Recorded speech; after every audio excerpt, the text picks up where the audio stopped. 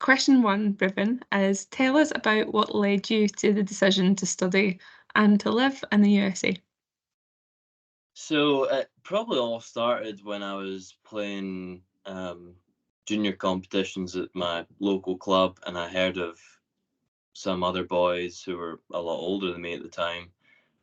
They went out to America, and I don't know, just watching the PGA Tour on TV, it always kind of, I wanted to be out there in the sun and play those golf courses, and yeah, just kind of I kind of manifested it from a young age, I guess. I loved the idea of it. We had been on holidays there to America, and I loved the positivity of everything, and so yeah, it was a really easy decision for me. It wasn't whether I was going to go or not. It was where was my sort of deal. But yeah, I mean, I from as young as I can remember, it was always scholarship in the US, scholarship in the US. Through when you got to the US, how you then had to navigate that journey between Auburn, then through to Texas. Yeah, so it was quite a process. I think it was so the initial when you first go there, it is a culture shock. Although the culture is not too different, it's definitely you've got to just the little things, like the humor and everything. Um, and I think it's more the support system. I think is the biggest change, um, because you're so used to probably living with your parents, or you've got your Scottish coach, your national coach. You've got that support system pretty tightly knit, but it's totally kind of thrown out the window. You've got to re-establish that, and hopefully the coach is you've picked correctly, and they kind of fall into that role. But yeah, I think that the support system is totally different. And then if you're kind of like me, and I know lots of athletes are doing it now with the transfer portal being how it is. If you're transferring, like, that process is for me, it was tough because I was not in a position of power at the time. Um, some people, they'll leave for better reasons or whatever. I was kind of leaving because um, some things happened. Golf wasn't good. Um, didn't get along with the coach, and so I kind of didn't know I was going to leave, um, and ended up leaving, making that decision. And that process, the second recruiting process, was really tough because you just have no power. You're just you're asking, please, can I come? And I'm sure some athletes may be in that position initially, but I think I messaged a lot of coaches. I networked who I knew. I kind of exhausted all those resources, um, and ended up in Houston, in Texas. And hopefully, when you look back now, you think, wow, it was all worth it. Yeah. That summer, so I transferred in May of 22, and I had to find a place to go for like August 22. So that was a 3-month process, with not playing very good golf at the time. So that was a tough summer, just making phone calls. I think one day I recorded about 7 phone calls, with 7 different coaches, just almost pulling at straws. So yeah, that was a tough process, but my dad, my mum really helped me with that. They kept me accountable, kept me persistent, because at that point, when you're from Scotland and surrounded by some of the narratives that we are, it's very easy to just, oh yeah, I'll stay back home, and I won't go through that process again, and it'll be fine. But I was so motivated to get back to the US that I found a way eventually. Excellent. If you could talk to your former self before moving to the USA, what would you tell you? Get to know everybody you can. There's the thing with the US, with being in Scotland, we're so naive. We're so behind the curve when it comes to everything. And you don't know what you don't know. So I would say, like, I know some agencies out there kind of help with that. Like, all they really do is they have contacts. So I mean, the best way to go about it is talk to as many people as you can and ask all the questions, because then you start to get a feel for it.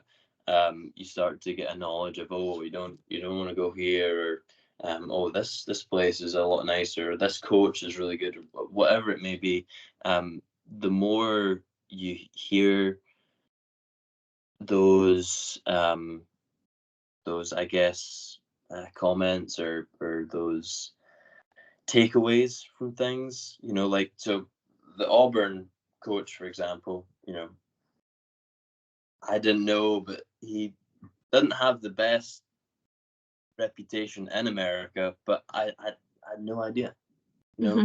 After the fact, when I was talking to a bunch of people, that came really clear. And so it's like, oh, I wish I knew that the first time. So I would say get to know as many people as you can, talk to as many people as you can about it.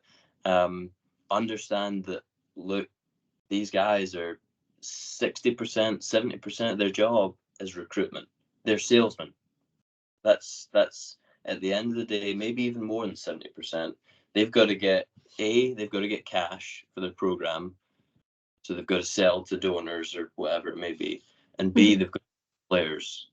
And some they want it more than others, and they're willing to really sell and be the nice guy. And then you get there and it's totally different. So be very cautious of salesman tactics. If you hear things repeated and really trying to sell like material things, probably a bad sign. And also, last thing I would say on that is, don't be sold by they call it like the sexy stuff, the private jets, or, oh, we've got this lovely facility, or whatever it is, because you go to a top 100 or even top 150 school, they've all got nice stuff. They've all got nice clothes. It's that material stuff is so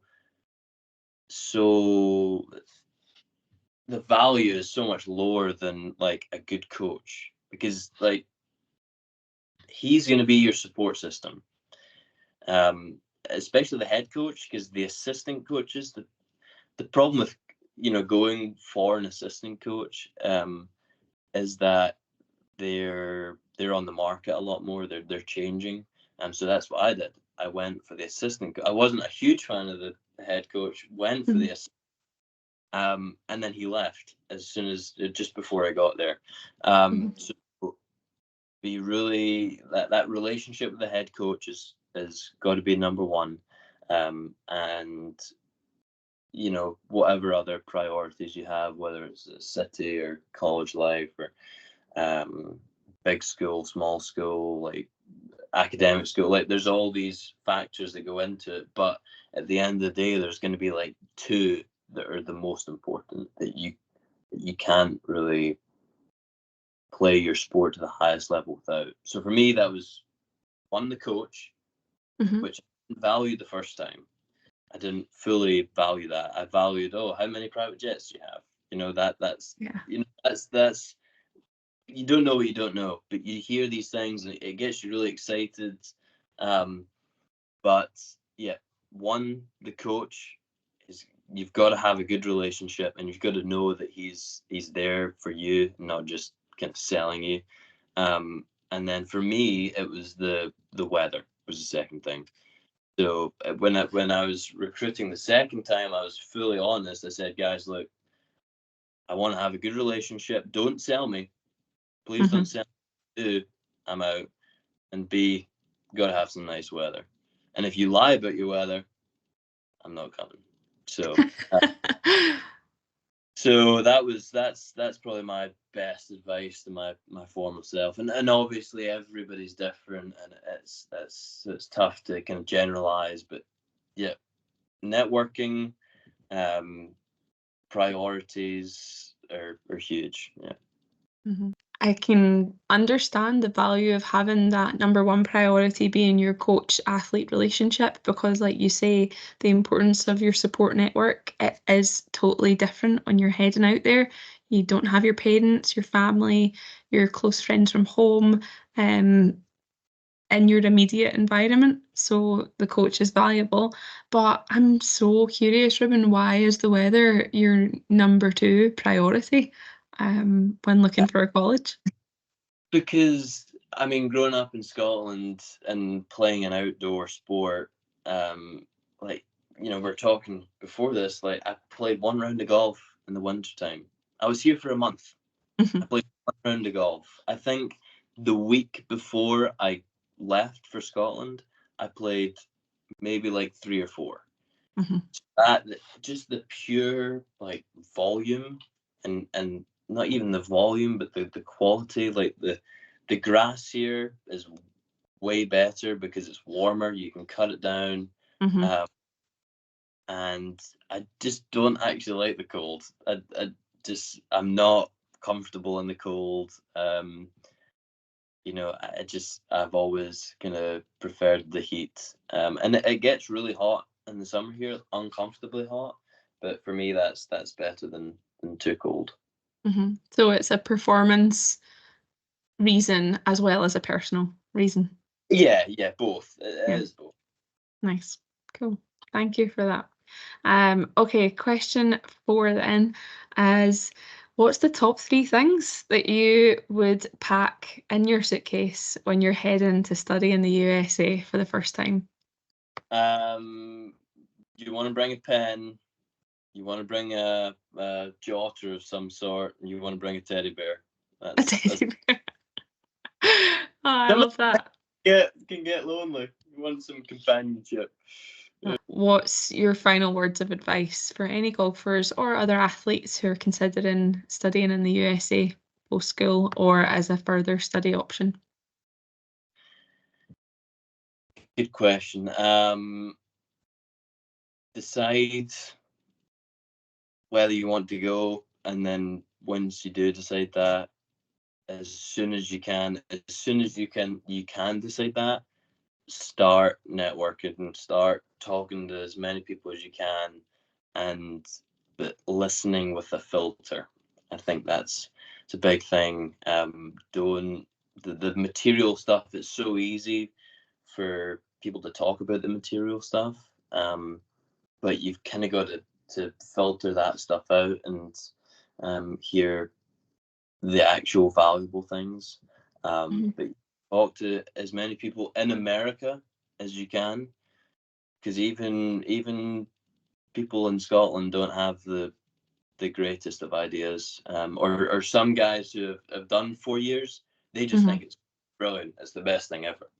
You know, they lucked out. They got it right. They got a good coach, and they assume that, oh, that's what everybody's experience is kind of like. But yeah, talk to as many guys as you can. Guys that have failed, you know, guys that have succeeded, coaches. Yeah, just network as much as you can, and just be cautious of the salesman, because that's they have to be really good salesmen. If not, they're not a good golf coach or track coach or whatever it may be.